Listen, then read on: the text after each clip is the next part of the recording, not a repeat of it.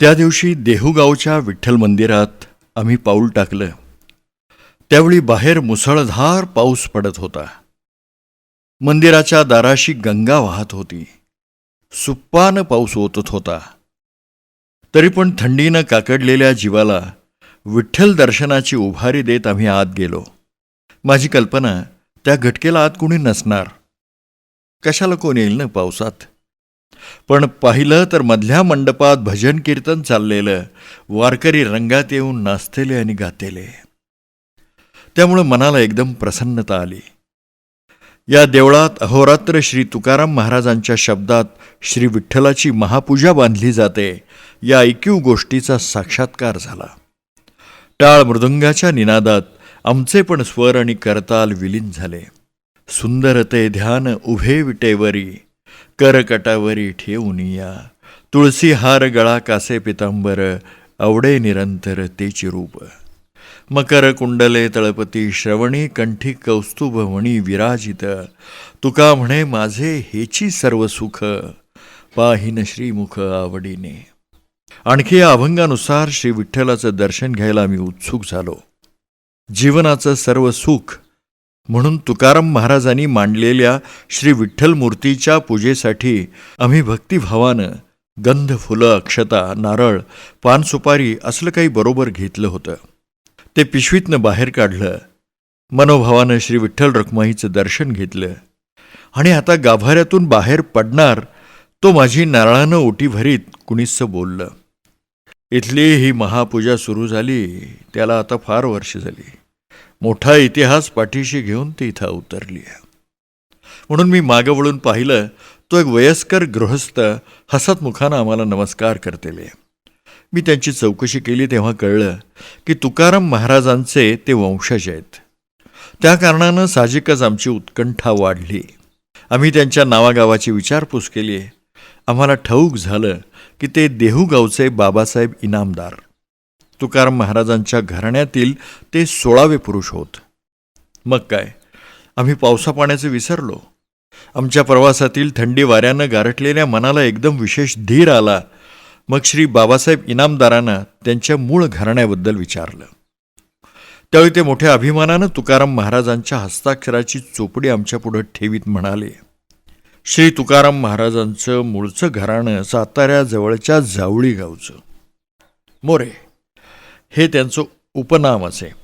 ह्या घराण्याचा आज पोवेतो माहीत झालेला मूळ पुरुष विश्वंभर बुवा, तेच प्रथम या देहूगावी आले.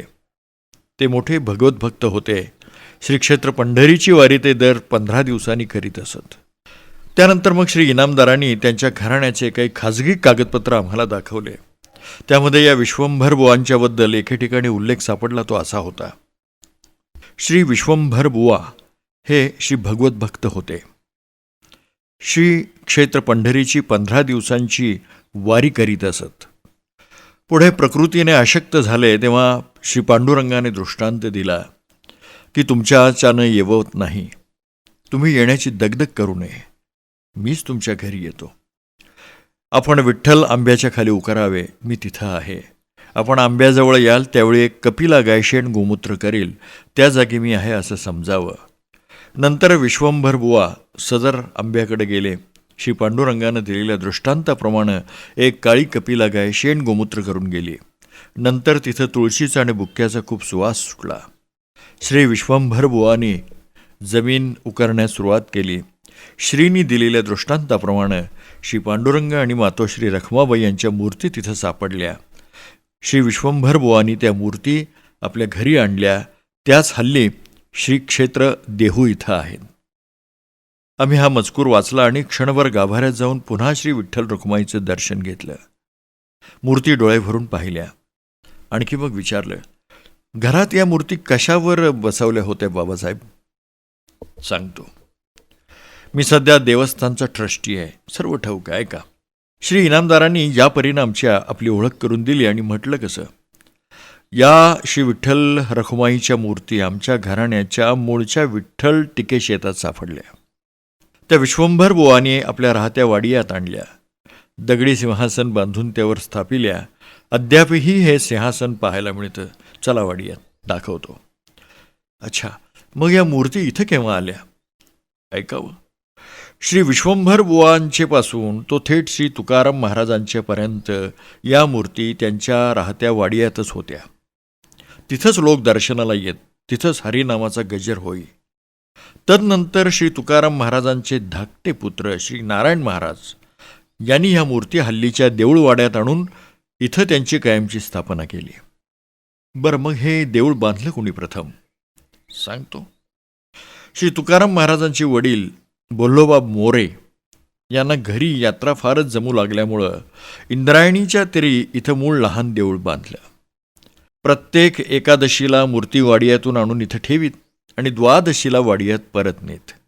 हाच उपक्रम श्री तुकाराम महाराजांनीही केला.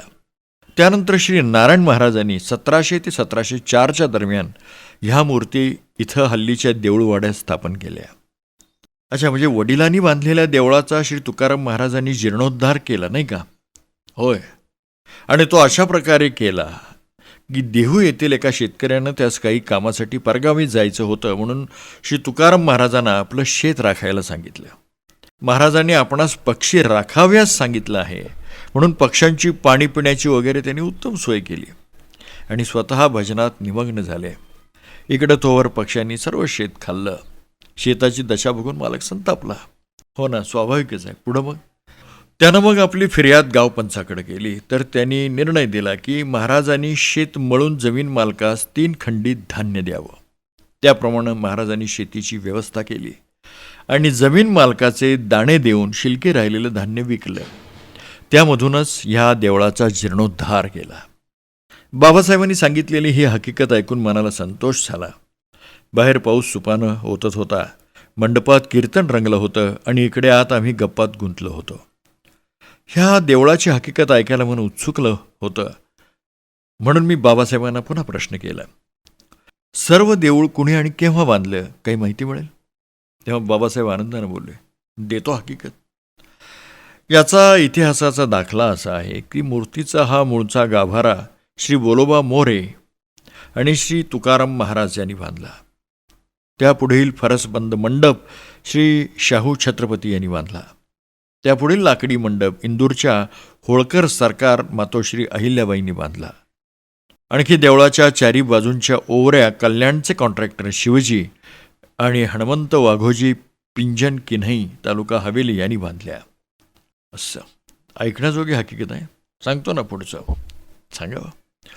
इसवी सन 1700 साली श्री राजाराम महाराज छत्रपती यांनी नारायण महाराजांना मौजे येलवाडी तर्फ चाकण तालुका खेड जिल्हा पुणे हा गाव इनाम दिला.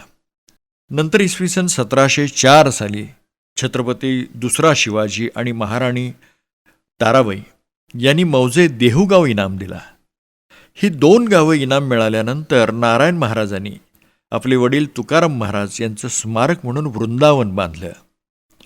या खर्चास श्री शाहू छत्रपती यांनी इसवी सन 1725 मौजे किन्हई तालुका हवेली हा गाव इनाम दिला आहे. अच्छा, म्हणजे यासंबंधी कागदपत्र असतील ना? हो आहेत. हे पहा, श्री तुकाराम महाराजांच्या घराण्याबद्दलचे कागदपत्र आम्ही यावेळी चाळले. त्यात छत्रपती दुसरा शिवाजी राजा यांची एक महत्त्वाची सनद आढळून आली. या सनदेची भाषा अशी आढळते, स्वस्ती श्री राज्याभिषेक शके 30 तारण नाम संवत्सरे वैशाख शुद्ध चतुर्थी सौम्य वासरे क्षत्रिय कुलावतंस श्री राजा शिवछत्रपती यांनी राजेश्री सुभेदारांनी व कारकुनांनी सुभे लष्कर व पागा वसिलेदार व किलेवादे याची आज्ञा केली ऐसीजे राजश्री तुकाबा गोसावी यांचे पुत्र नाराबा गोसावी यास मौजे देहू प्रांत पुणे हा गाव कुलबाब कुलकानू देखील इनाम दिला आहे. तरी तुम्ही हे जाणून त्या गावास येवा, जरा उपसर्ग न देणे निदेश समक्ष. आमच्या नजरेखालून हा मजकूर जात असतानाच भजन कीर्तनाच्या सोहळ्यानं तुकोबारायांची वाणी ऐकवली. घेई घेई माझे वाचे गोड नाम विठोबाचे, तुम्ही घ्या रे डोळे सुख पहा विठोबाचे मुख, तुम्ही ऐका रे कान माझ्या विठोबाचे गुण, मना तेथे धाव घेई राहे विठोबाचे पायी, तुका म्हणे जीवा नका सोडू या केशवा. क्षणभर वाटलं की अशा वेळी आम्ही त्या क्षणी देहूगावी आहोत, म्हणजे केवढा योगायोग आहे. तुकोबारायांच्या वाणीनं आम्हाला धन्य केलं. म्हणून त्यांच्या घराण्याचं कुलदैवत जे विठोबा रुक्माई त्यास मी साष्टांग नमस्कार घातला. माझ्याप्रमाणे सर्वांनी केलं. त्या कारणानं आमच्याबद्दलचा आदरभाव वाढला. बाबासाहेब म्हणाले, घराण्याचं कुलदैवत श्री विठोबा रखुमाई यांची सेवा पुढं नारायण महाराजांचे पुत्र उद्धव बुवा यांनी केली. पुढं त्यांचे पुत्र खंडोबा, त्यांचे पुत्र पुन्हा रामचंद्र, त्यांचे पुत्र सदानंद, त्यांचे पुत्र नारायण, त्यांचे पुत्र विष्णुबुवा आणि विष्णुबुवांचे पुत्र नारायण उर्फ बाबासाहेब म्हणजे मी करत आलो आहे. ही सेवा अखंड चालू असते. म्हणून मग मी चौकशी केली, श्री तुकोबारायांना जमीन वगैरे किती होती? बाबासाहेब म्हणाले, 18 खंड्या धान्य पिकेल अशी वडिलार्जित जमीन श्री तुकाराम महाराजांना होती. त्यांच्या मिराशी जमिनीबाबत घराण्याच्या कागदपत्रात हा उल्लेख आढळतो. हा पाहावा. त्यांनी मग तो कागद आमच्या पुढं ठेवला. ह्या कागदावरून असं स्पष्ट लक्षात येतं की श्री तुकाराम महाराज हे मराठा होते. त्यांचं उपनाम अंबिले असल्याची माहिती इथं सापडते. त्यांचा मुलगा मधला पुत्र विठोजी यांच्या नावापुढं अंबिले हे उपनाम आलं आहे.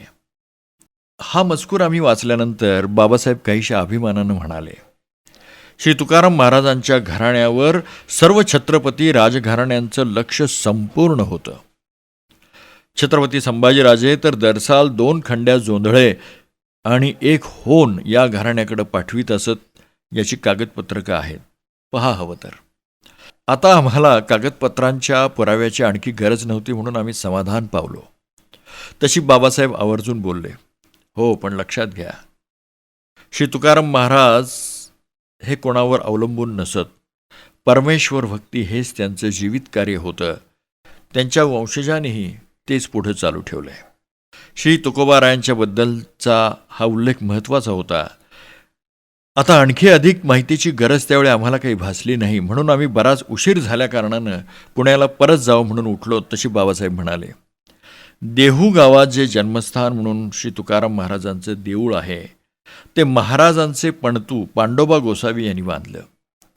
त्यांनीच तिथं महाराजांच्या नवीन मूर्तीची स्थापना केली.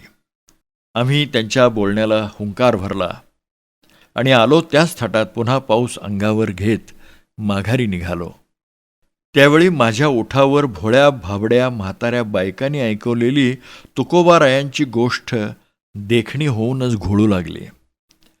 देहूच्या माळावरी इना वाजतो मंजूळ, देहूच्या माळावरी इना वाजतो मंजूळ, गाव लुहू गाव तुकारामाचं आजूळ, इंद्रावनी तुझं पाणी, येलवाडी तुझं गहू, देव तुकाराम साधू संताला घाली जीव, हातात टाळ विणा तुका फिरतो घरोघरी, पांडुरंगाच्या भजनाला चला म्हणितो बरोबरी.